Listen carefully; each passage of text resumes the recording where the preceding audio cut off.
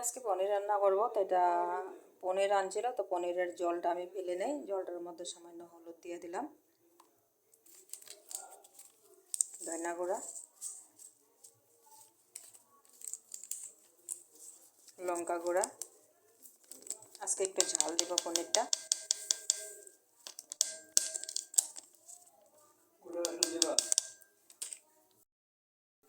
কসুরি মেথি। কড়ার মধ্যে তেলটা গরম হয়ে গেল, দিয়ে দিব তেজপাতা, গোটা জিরা, দিয়ে দিব লবণ, যেন সবজি দিলে না ছিটে। লবণটা যদি তেলের মধ্যে দিয়ে দেও, সবজিগুলো ছিটে ছিটে যেটা গায়ে পড়ে সেটা কিন্তু পড়ে না। ওই তেলে দিয়ে দেব সামান্য চিনি, তবে কালার কিন্তু খুব সুন্দর আসে চিনি দিলে। গুঁড়া করে দিয়ে দিলাম পেঁয়াজ। ক্যামেরাটা অফ করে দিলাম, নাহলে ছিটে ছিটে ক্যামেরাটা খারাপ হয়ে গেছে। এখন দিয়ে দিব 4টা কাঁচা লঙ্কা ফাড়া,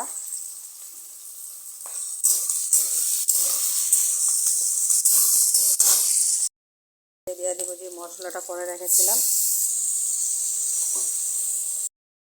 দেখতে পাচ্ছ মটরগুলি অল্প ভালো করে নিয়েছি, কালারটা দেখো সেই সুন্দর হয়েছে। তো মটরটা ছেঁকে এই জলটা কিন্তু ফেলবো না, পনিরে দিয়ে দিব।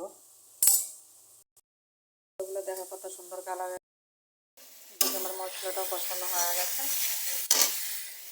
এখন দিয়ে দিব মটর পেটিগুলো। তো এখন দিয়ে দিব পনিরগুলো, টুকরো টুকরো করে রেখে দিয়েছিলাম পনিরগুলো। তো এরকম কম মশলা করে পনির রান্না করে খেয়ে দেখবে, সেই টেস্ট লাগে।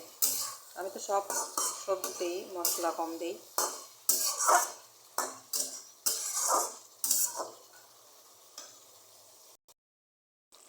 এখন দিয়ে দিলাম গরম মশলা।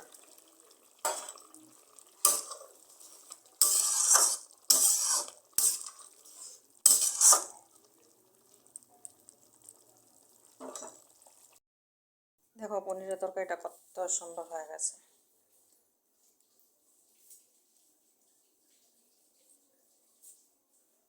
দেখতে পাচ্ছ পনিরটা একদম সফট আর একদম সফট আছে।